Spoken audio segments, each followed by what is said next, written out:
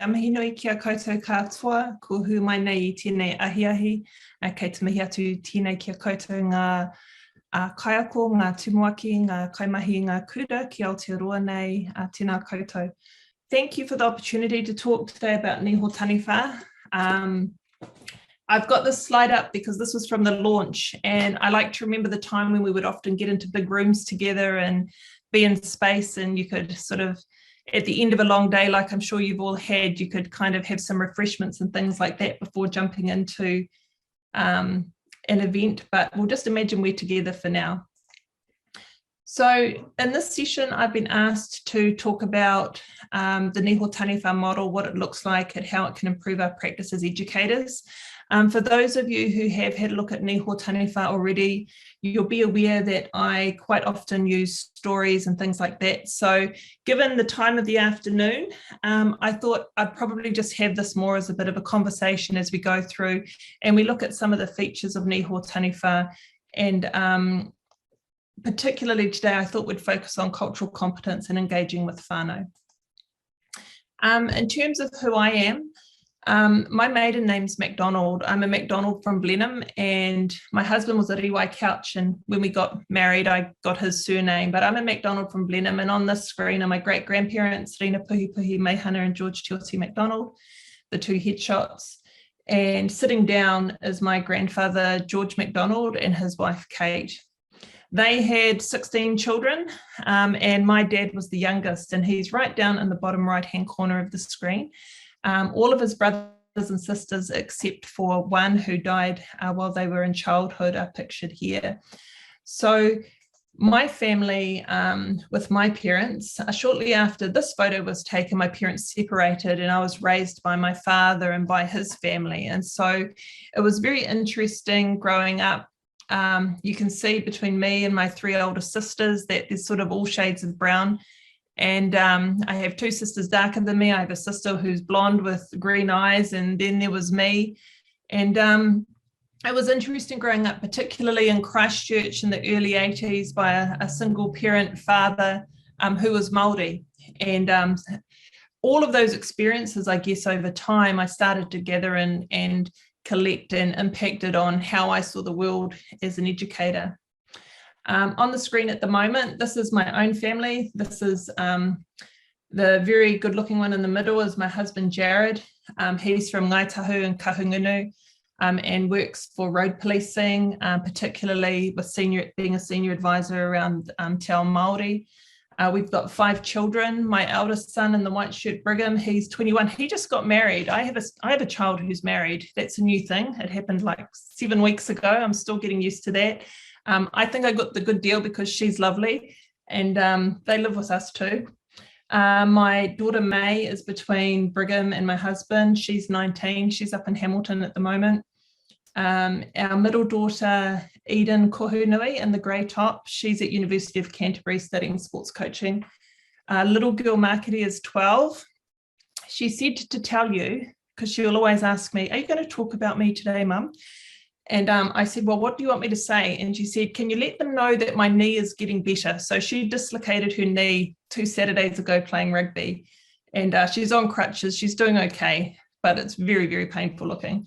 And our youngest son, Manueta, is 15, and he's in the blue top. And he is in year 11 at Cashmere High School this year. In terms of who I am professionally, what's not on this screen, but that's probably a really formative part of my career was I worked for nearly 10 years at the Christchurch College of Education training secondary school teachers.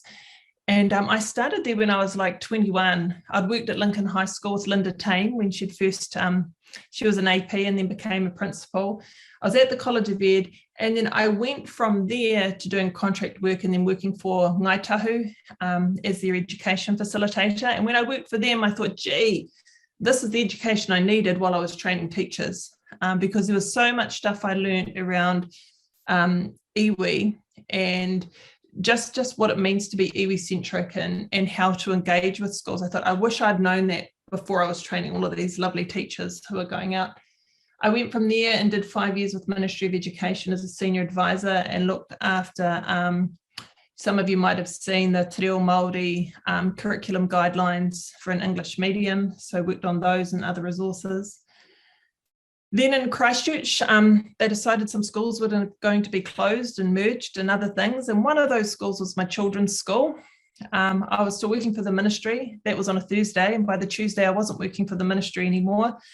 And I was then representing Te Whanau Tahi, my children's school, to oppose the merger with another kura in Christchurch. So, and that led on, I've spent time with Education Council and secondment with evaluation associates.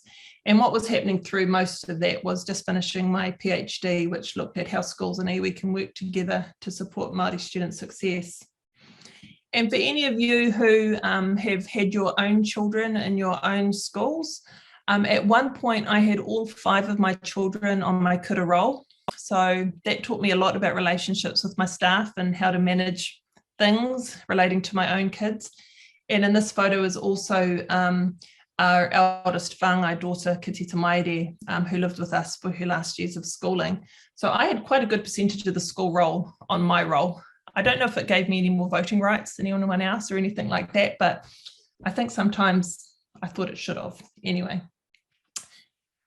just as we lead into this, I'm a fan of Viviane Robinson and her work, and she says in her book, Reduce Change to Increase Improvement, I think that's the title. I've got a little bit of COVID brain, so every now and then I get a slight detail wrong, so I apologise for that in advance. But she says to lead change is to exercise influence in a way that moves the team organisational system from one state to another, and that second state could be better, worse, or the same as the first. And for a long time, I think that's kind of what's happened in the Māori education space in New Zealand. Lots of really good people trying lots and lots of things, but often those things may or may not actually lead to an improvement. It might be a lot of effort, it might be a lot of time, a lot of commitment, but not necessarily seeing the shifts that we want and that we need in terms of outcomes for our ākonga. And Viviane says to lead improvement is to exercise influence in ways that leave the team organisational system in a better state than before. And so for me, what Niho Taniwha does is it tries to show how do we actually do that improvement part of the puzzle. Just so we're clear, I spent so many years teaching in the bicultural space and so on, and going through data and gently convincing people of particular things, that now my non-negotiable absolute baseline starting point is that the system has consistently failed Māori, whānau hapu and iwi for many, many generations. It's not something that I debate. The data is pretty clear. We know that right the way back for many years, and this is one point that I go to, which was the Waitangi Tribunal report in 1999, which really, really clearly highlighted that New Zealand education policies negatively affected Māori in so many different ways, particularly around traditional Māori knowledge and methods of teaching being undermined and threatened. And that's something for those of you who are in secondary with looking at NCEA and the design principle around mana orite mo te mātauranga Māori, that I believe is you could almost have as a direct response to the findings that were in this report so many years ago. So for me, I think of this quote by Dame Whina Cooper, I'm no longer accepting the things I cannot change, I'm changing the things I cannot accept.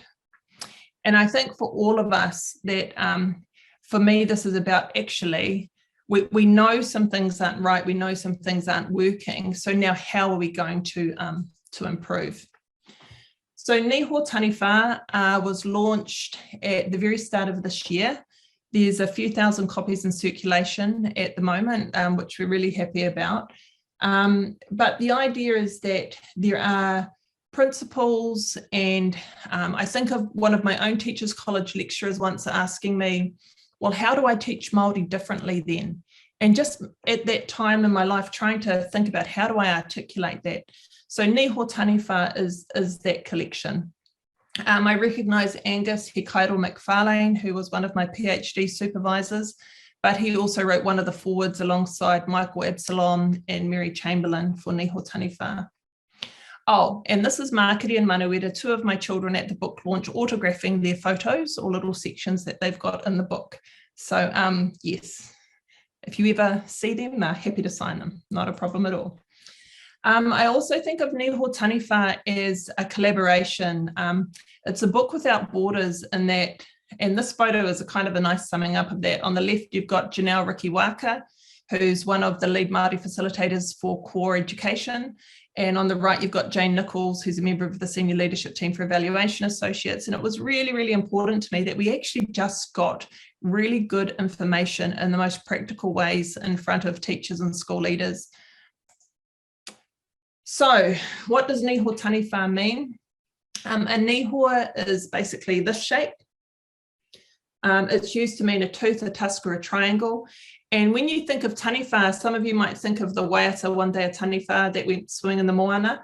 That is true. That is one meaning of taniwha, but taniwha is actually also the word for someone who's a potentate, like someone who is so saturated with knowledge and wisdom in a particular space that it's hard to kind of see where it's what they know versus who they are, because they have that saturation. And so I really love that word taniwha. It's not necessarily a bad thing to be called one. And it's a cycle. It's a cycle that goes through whai, ako, mau, and tipu in the middle. And that's what this artwork, which was created for me by Maya Gibbs, who's up in Gisborne. And it's a beautiful artwork, and there's a whole narrative that goes around that.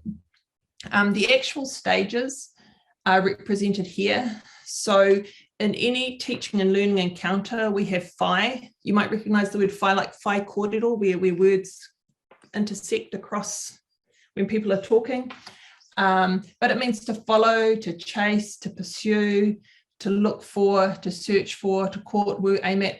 And it leads on to stir and to move, which are actually the meanings of ako that I like. So ako means to learn, study, instruct, and teach and advise. But if you do whai right, then it leads into being stirred and being moved. That mau is to lay a hold of, to grasp, or mau rākau, where you hold your rākau. And tipu is the outcomes. And so you deliberately go through these steps, whai, ako, mau, tipu, whai, ako, mau, tipu. And some people very holistically have said to me, oh, that's so cool, because like you could start anywhere. And I say, no, you can't. Everything starts with whai. There is a beginning to all things. There is a tikanga around this. So whai, for instance, might be when you saw the notice for this particular session you're in now and you decided to participate. That's whai. It's the chance encounter. Ako is when you're present, you're going to hear from me, you're going to have some breakout groups and discuss. Mo will be at the end where you get to look at, think and reflect about what you've learned. And then tipu is the outcome of that. And that's why it's on the inside and it's the shape. It's the outcome of going through those three stages well as tipu, and it helps you know, so where do I go now? What's next? What I'm doing here is every chapter in Niho Taniwha begins with surfacing questions. And I'm a real believer that we actually need to explore what our beliefs and values are around something before you actually start to try and shape that or massage it or introduce new information. Because otherwise what we do is we leave a lot of our staff behind. They might have a view that maybe isn't popular or is considered antiquated by others or something like that. And if you don't have a chance to surface it, then you can't actually move on very well. And that's well evidenced in Viviane's work and others. So I just want to take you through some of the content from Niho Taniwha, and these are just some little pull-out bits that I think are things to maybe prompt us to think. This is actually a photo of my 19-year-old daughter when she was about 3 years old, and she was sitting looking at Mrs. Allred on the mat at Hordenby Kids First Kindergarten. And I've always loved that photo because for me, it's just this beautiful countenance, and you're going to watch a video with me soon. So just remember that image for now. From an iwi perspective, education is just so critically important. It's not only important in terms of the education outcomes, but in terms of all of the other opportunities that it creates for our kids. And I always think about our iwi assets, our land investments, our fisheries.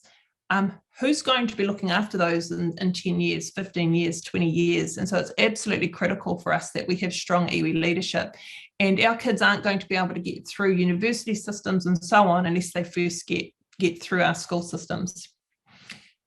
Cultural competence itself is defined this way, that it's a set of congruent behaviours, attitudes and policies that come together in a system, institution or individual and enable that system, institution or individual to work effectively in cross-cultural situations. I like to think about this because it's not just it could be about one person, but it's actually the cultural competence that's enabled within a setting. But I do think good teachers can overcome bad systems.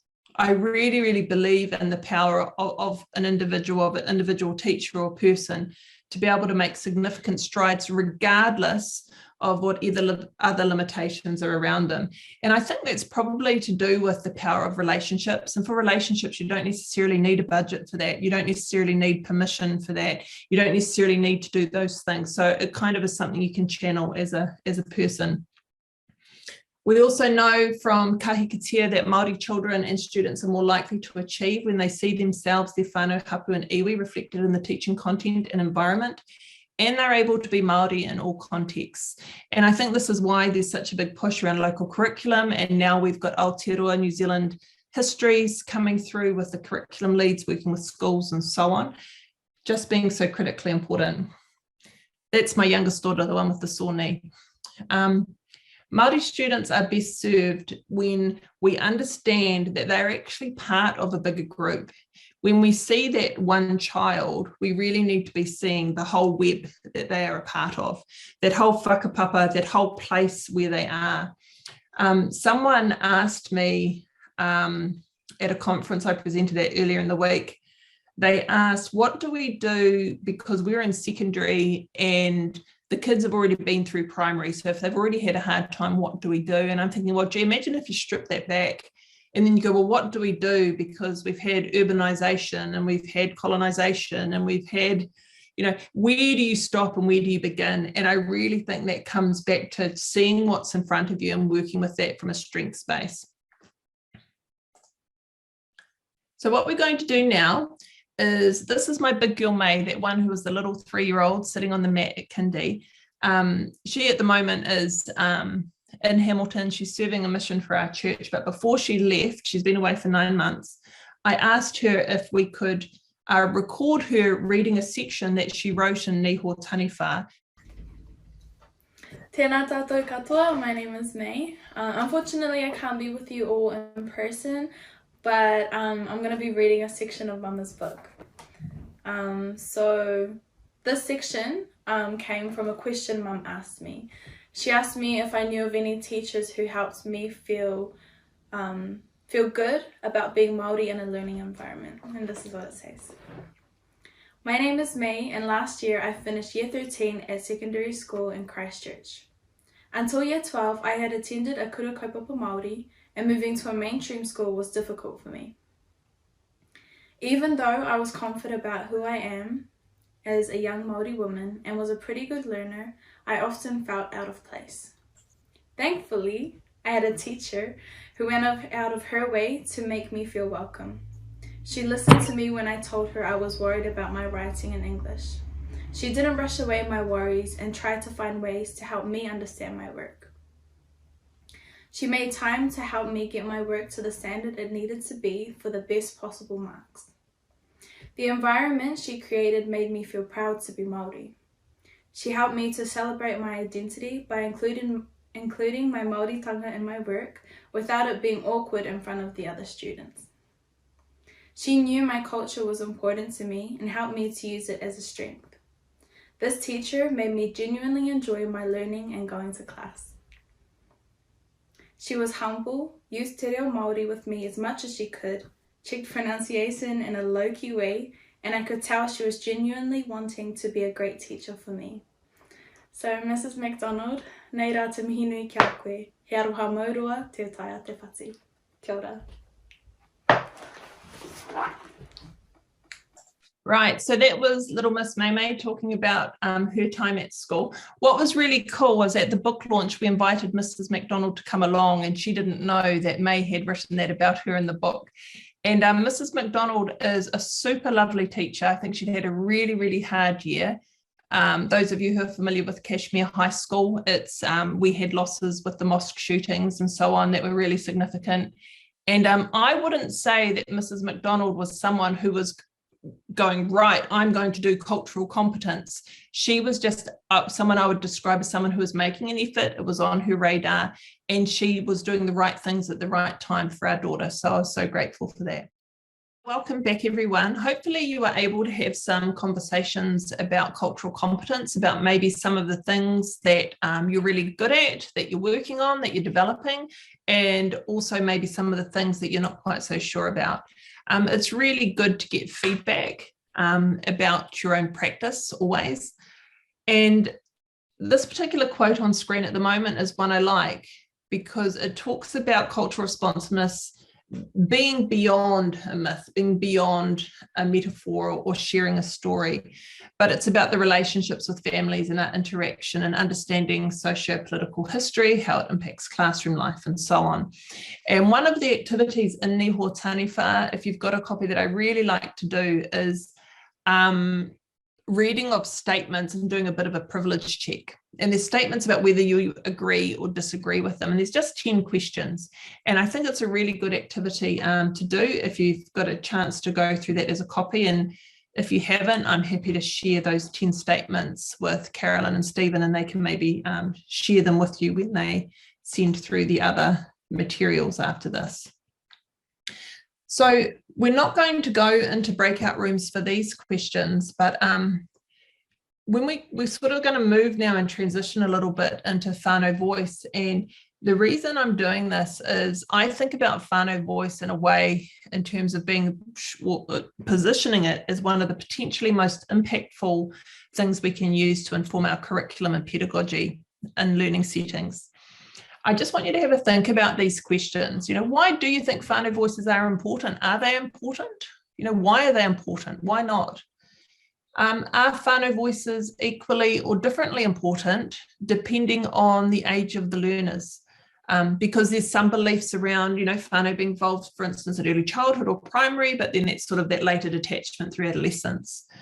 And yet we know in kura kaupapa Māori and wharikura settings that a major determinant of the success of our older senior students in Māori medium is the involvement of their whānau. And how well are the full range of your Māori parents included in decision making?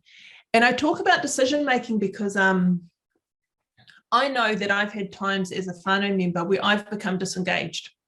And it's because I would go to a whānau hui, it would be run by the teacher, often the Lone Ranger teacher, but the teacher in the school or the principal or the member of the senior leadership team.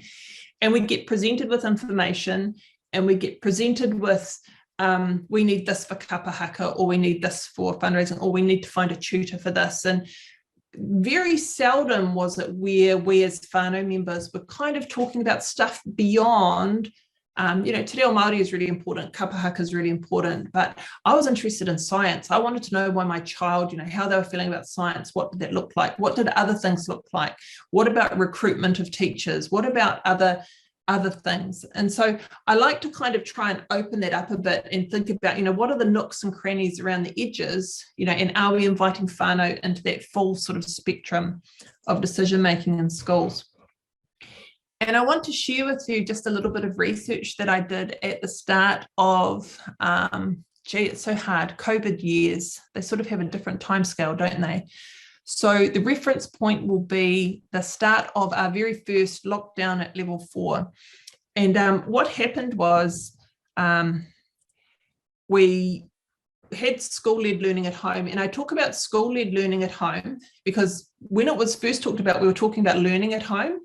And actually I was thinking, well, you know what, that kind of infers that I'm not doing learning if it's not defined by the school. But, as whānau, we do learning at home. We learn and we interact and we engage with our own children. We have our own learning here. So we're talking about the school-led learning at home.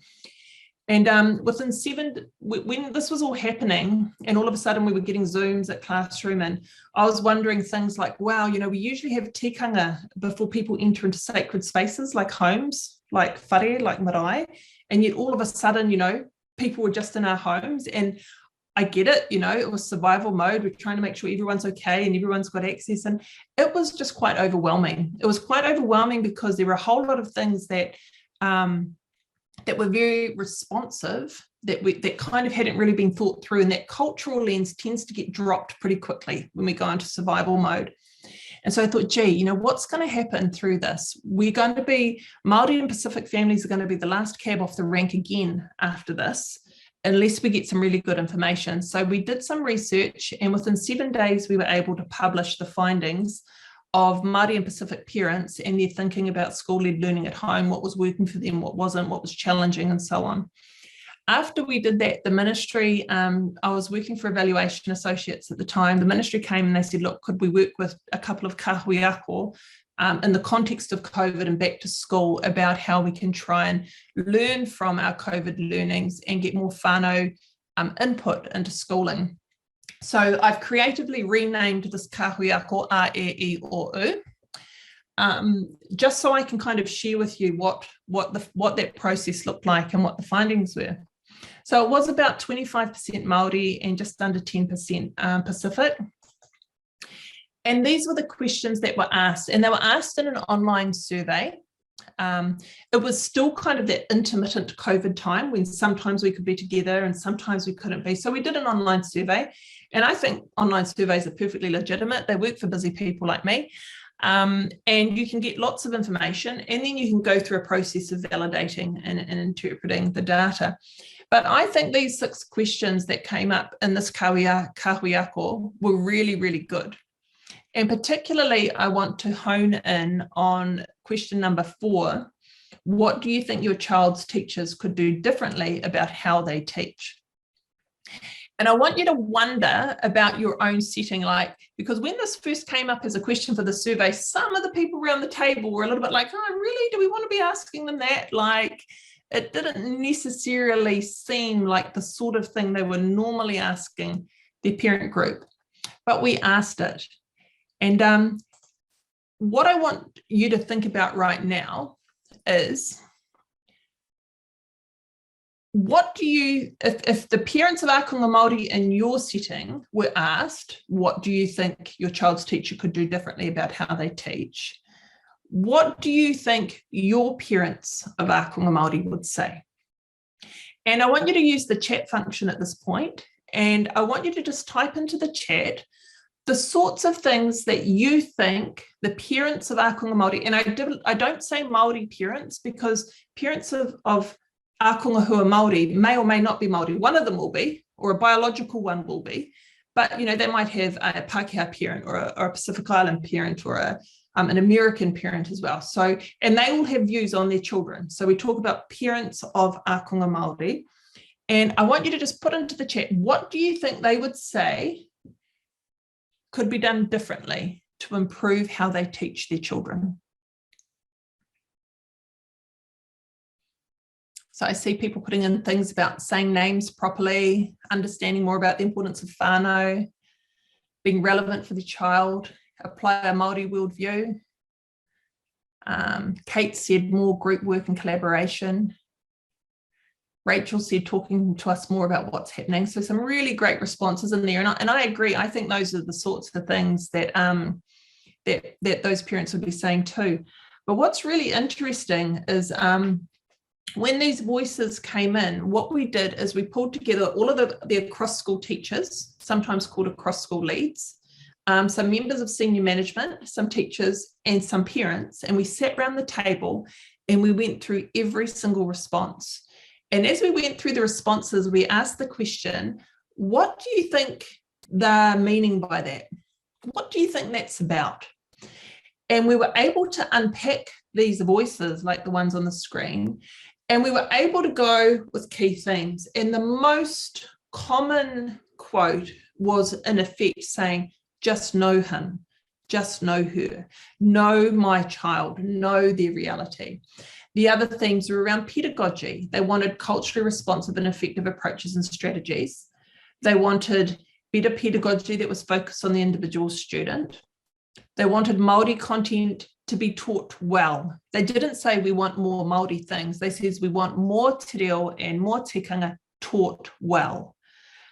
because how it is taught impacts how their children experience it in the classroom and impacts how their peers understand their children, the peers understand the Māori children who are in that space.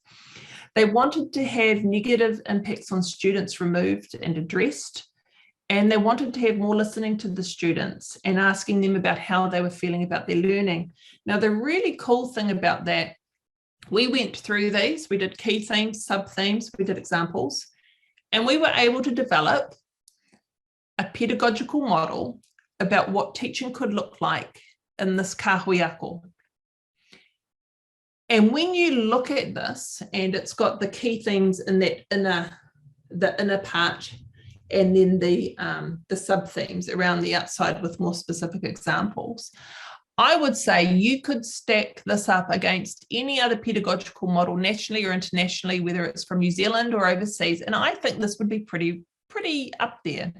You think about things that have come out around inquiry, learning, collaboration, around individualized learning, around tailored learning, around the improvement theory that sits behind Aotearoa New Zealand histories. And I think that those things are reflected in this.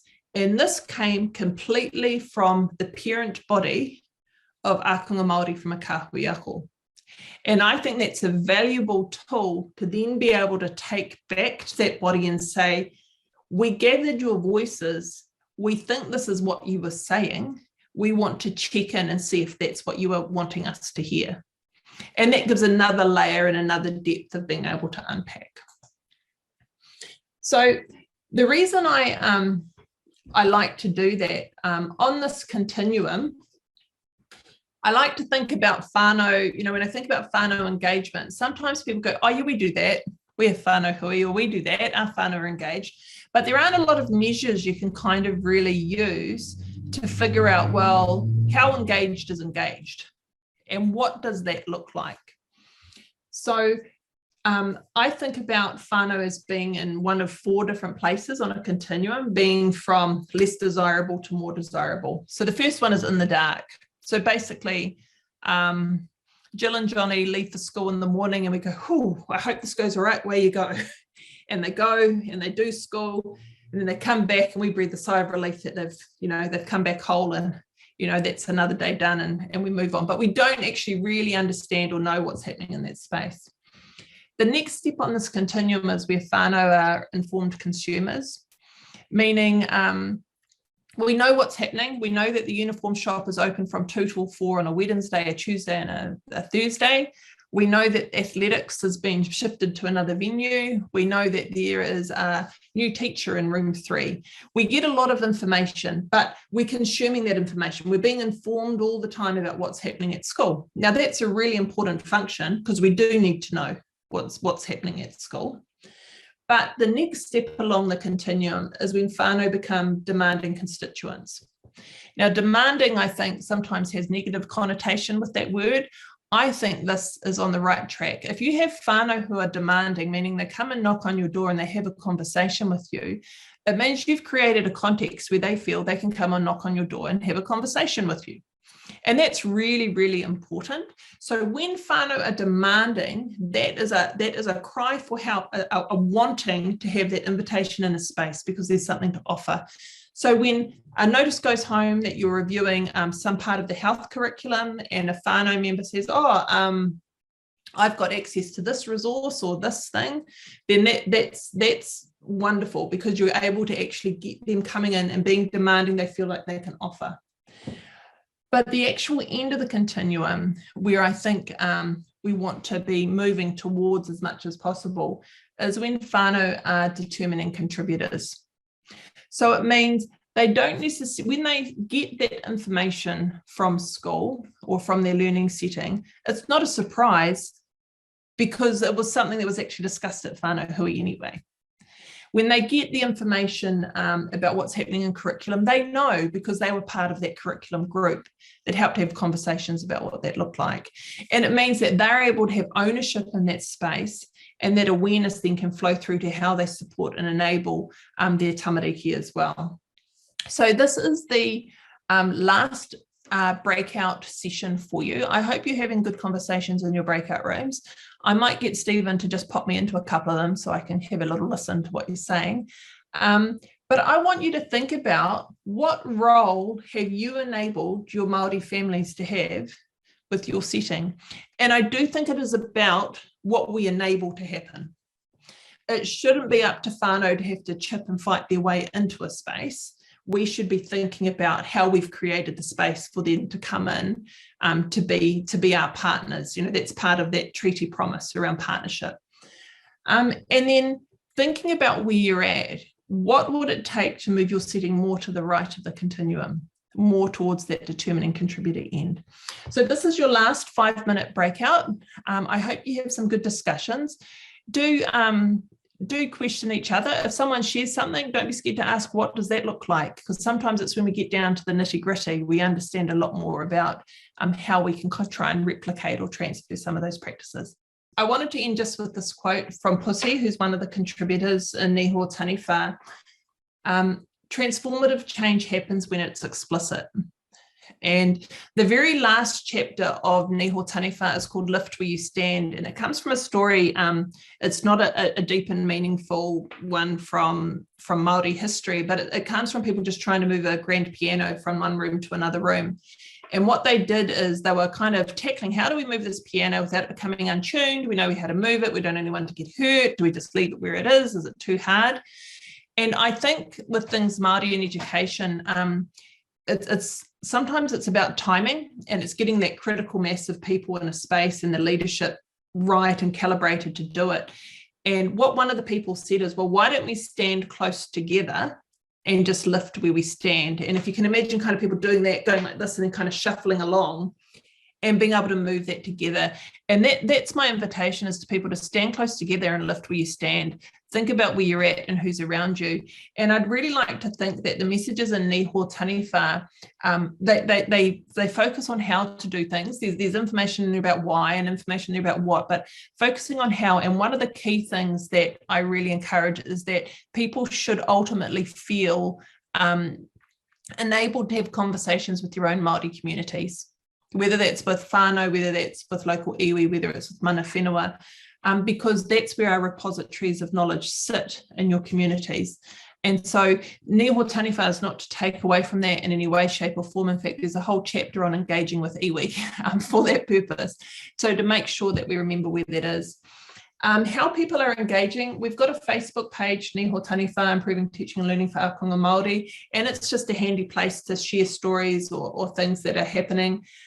People are giving feedback using the Niho Taniwha book at gmail.com email address. There are lots of places. Paper Plus has been a really big advocate of Niho Taniwha, which is really interesting when you think about it as a Māori resource specifically for schools and teachers. So you could think it's got kind of a bit of a boutique audience. So it's really interesting seeing this in shops, and it's kind of gives you a little heart flutter. It's rather lovely. Huia are the publishers, and they sell online.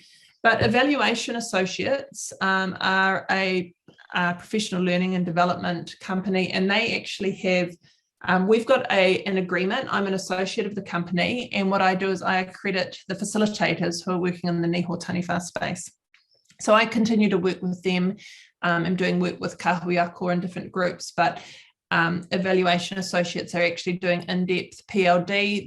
I think they have a 50, 100 and a 150-hour package where they actually go through and design a program of PLD based on Niho Taniwha, but it's able to go much deeper and further than the content that's in the book because it's in person.